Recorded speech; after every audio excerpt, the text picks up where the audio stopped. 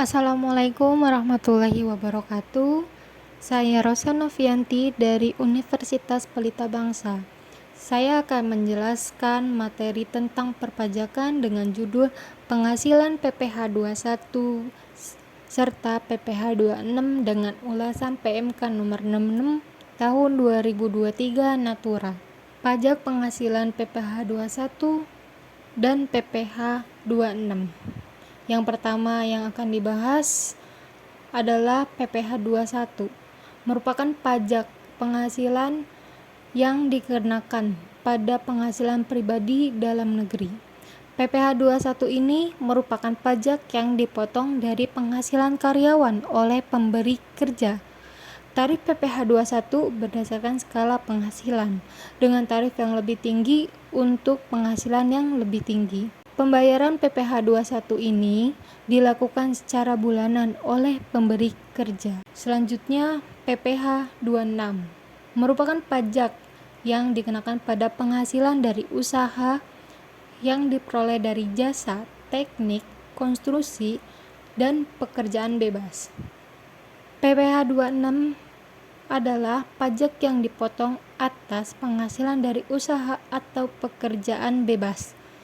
Subjek PPh 26 ini termasuk pembayaran dividen, royalti, dan jasa teknik atau manajemen. Tarif yang dikenakan pada PPh 26 ini berbeda-beda tergantung pada jenis penghasilan yang diterima. Perhitungan pajak penghasilan PPh 21. Caranya, pertama, tentukan penghasilan bruto bulanan karyawan. Kedua, kurangkan penghasilan tidak kena pajak (PTKP) dan biaya jabatan dari penghasilan bruto untuk mendapatkan penghasilan kena pajak. Ketiga, gunakan tarif pajak yang sesuai dengan penghasilan kena pajak untuk menghitung jumlah pajak yang harus dipotong. Keempat, potong jumlah pajak yang dihitung dari penghasilan karyawan sebelum dibayarkan. Contoh perhitungannya. Misalkan, terdapat seorang karyawan memiliki penghasilan bruto bulanan sebesar 10 juta dengan PTKP-nya adalah 4.500.000 dan biaya jabatannya adalah 1 juta. Cara perhitungannya adalah penghasilan kena pajak sama dengan penghasilan bruto dikurang PTKP dikurang biaya jabatan. 10 juta dikurang 4.500.000 dikurang 1 juta. Total 4.500.000. Tarif PPh 21 untuk penghasilan 4.500.000 dikenakan 5%. Maka pajak yang harus dipotong sebesar 4.500.000 dikali 5%, hasilnya 225.000.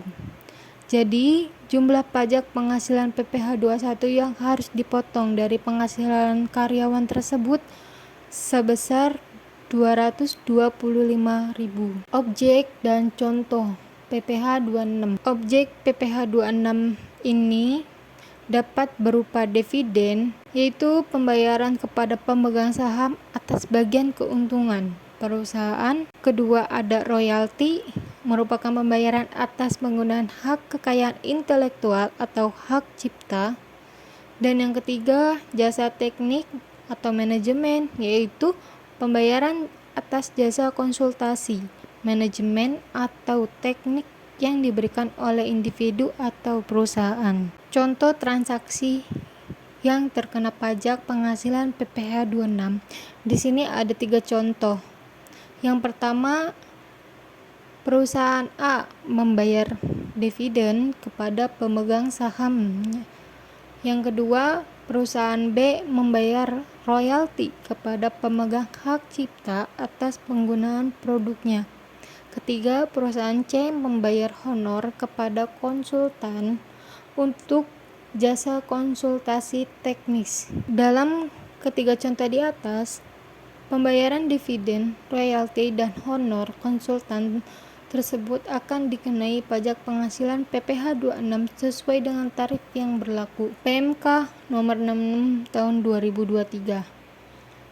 adalah peraturan baru dalam sistem perpajakan yang mempengaruhi perhitungan, pelaporan, dan pembayaran pajak, serta memiliki dampak pada kewajiban pajak perusahaan dan individu.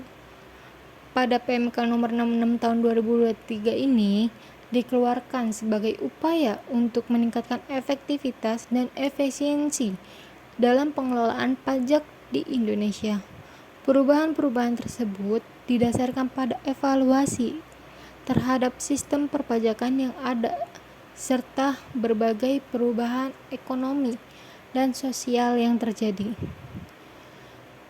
Tujuan dari PMK nomor 66 tahun 2023 ini untuk memperbarui dan menyempurnakan peraturan-peraturan perpajakan untuk menyesuaikan dengan kondisi ekonomi dan kebutuhan masyarakat, memperkuat kepatuhan terhadap peraturan perpajakan untuk meningkatkan penerimaan negara dari sektor pajak. Perubahan, penambahan, serta implikasi terkait PPh 21 dan PPh 26. Pada perubahan dan penambahan terkait PPh 21 serta PPh 26 akan ada penyesuaian tarif pajak, batasan penghasilan yang dikenakan pajak, atau perubahan dalam tata cara pelaporan dan pembayaran pajak. Penambahan aturan atau ketentuan terkait penegakan hukum dan sanksi bagi pelanggar pajak. Implikasi terkait PPh 21 serta PPh 26. Pertama, akan ada dampak pada kewajiban pajak bagi individu dan perusahaan. Kedua, perlu adanya penyesuaian dalam proses perhitungan, pelaporan, dan pembayaran pajak. Ketiga, pentingnya pemahaman dan kepatuhan terhadap peraturan baru untuk menghadiri sanksi dan masalah hukum. Yang keempat, peningkatan dalam penerimaan negara dari sektor pajak dapat berkontribusi pada pembangunan dan penyediaan layanan publik. Perusahaan dan individu dapat mempersiapkan diri dengan baik dalam menghadapi perubahan dalam sistem perpajakan. Pentingnya pemahaman terhadap peraturan-peraturan PMK nomor 66 tahun 2023. Pemahaman yang mendalam terhadap peraturan-peraturan pajak adalah krusial untuk mencegah pelanggaran dan kesalahan dalam perhitungan serta pelaporan pajak. Perubahan dalam peraturan seperti PMK nomor 66 tahun 2023 dapat memiliki dampak signifikan pada kewajiban pajak dan kepatuhan perusahaan.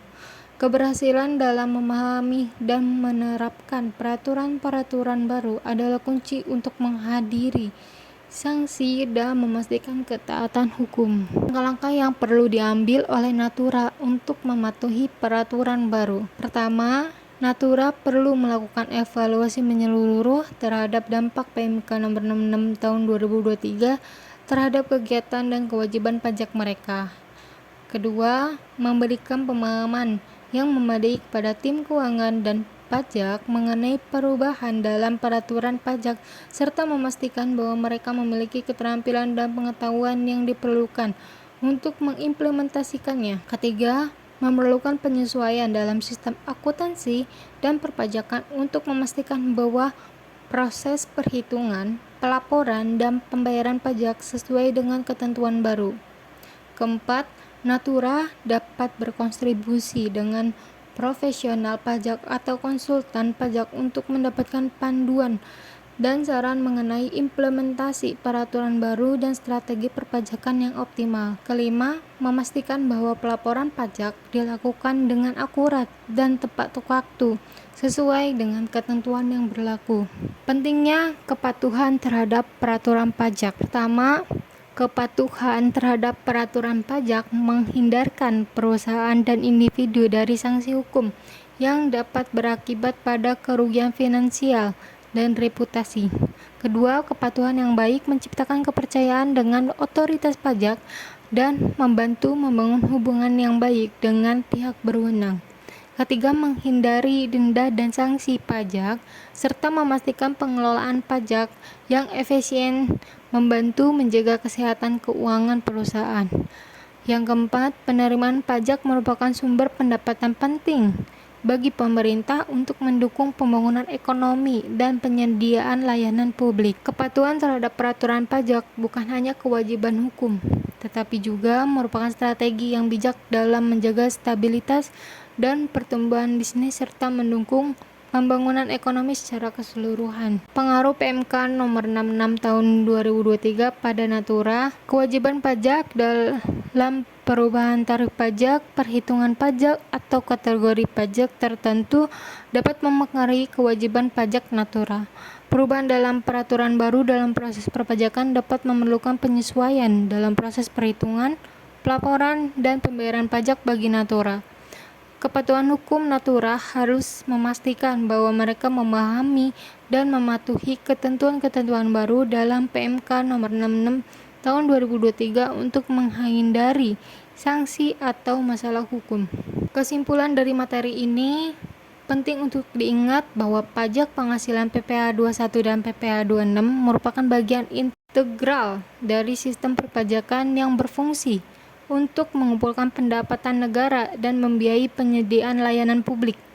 PMK nomor 66 tahun 2023 merupakan peraturan baru yang mempengaruhi perhitungan, pelaporan, dan pembayaran pajak yang memerlukan kepatuhan dan pemahaman yang baik dari perusahaan dan individu. Kepatuhan terhadap peraturan pajak bukan hanya kewajiban hukum, tetapi juga merupakan investasi yang bijak untuk menjaga keberlanjutan dan stabilitas bisnis, serta mendukung pembangunan ekonomi secara keseluruhan. Dengan memahami dan mematuhi PPh 21 dan PPh 26 ini, dan peraturan-peraturan terkait, perusahaan dan individu dapat menghindari sanksi hukum, memperkuat kepercayaan dengan pihak berwenang, menjaga kesehatan keuangan, dan mendukung pembangunan ekonomi yang berkelanjutan. Terima kasih atas waktunya.